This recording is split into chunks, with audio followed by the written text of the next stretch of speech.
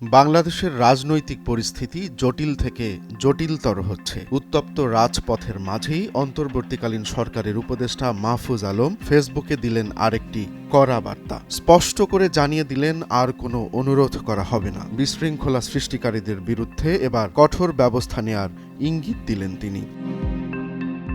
সাম্প্রতিক দিনগুলোতে সংঘাত বাড়ছেই। এক পক্ষ বলছে সরকার নিয়ন্ত্রণ হারিয়েছে, আর এক পক্ষ বলছে অভ্যুত্থানের শক্তিরাই অরাজকতা সৃষ্টি করছে।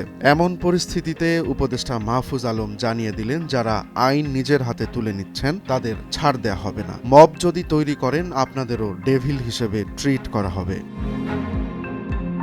10 ফেব্রুয়ারি রাতে নিজের ভেরিফাইড ফেসবুক পেজে দেয়া এক পোস্টে তিনি বলেন, রাষ্ট্রকে অকার্যকর ও ব্যর্থ প্রমাণের চেষ্টা করলে এক বিন্দুও ছাড় দেয়া হবে না। কথিত আন্দোলন আর মবের মহড়া শক্ত হাতে মোকাবিলা করা হবে। তার এই বক্তব্যের পর রাজনীতির মঞ্চে নতুন আলোচনার জন্ম দিয়েছে।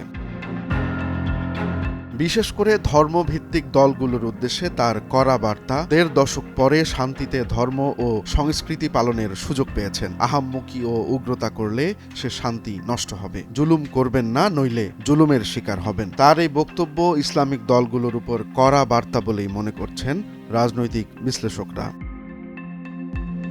এদিকে উপদেষ্টার এমন হুঁশিয়ারির পর রাজনৈতিক মহলে নানা প্রশ্ন উঠেছে। সরকার কি তবে দমন নীতির পথে হাঁটছে, নাকি পরিস্থিতি নিয়ন্ত্রণে রাখতে চাইছে? মাহফুজ আলম অবশ্য বলছেন, বিচার ও সংস্কার দুটোই হবে, কিন্তু কিভাবে সেটা নিয়ে এখনো ধোঁয়াশা রয়ে গেছে।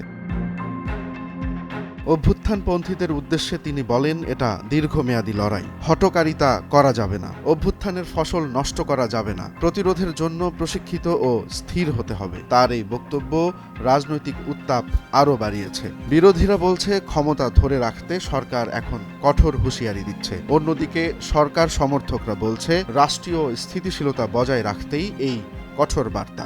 বাংলাদেশের রাজনীতি কোন পথে এগুচ্ছে? সরকার কি সত্যি কঠোর অবস্থানে যাচ্ছে, নাকি অভ্যুত্থানের পক্ষে থাকা গোষ্ঠীগুলোকে সতর্ক করতে চাইছে? উপদেষ্টা মাহফুজের বার্তার পর নতুন এক অনিশ্চয়তার দিকেই এগুচ্ছে পরিস্থিতি। শেষ পর্যন্ত কি হবে সেটাই এখন দেখার বিষয়। রোমান্স তালুকদার, নয়া দিগন্ত।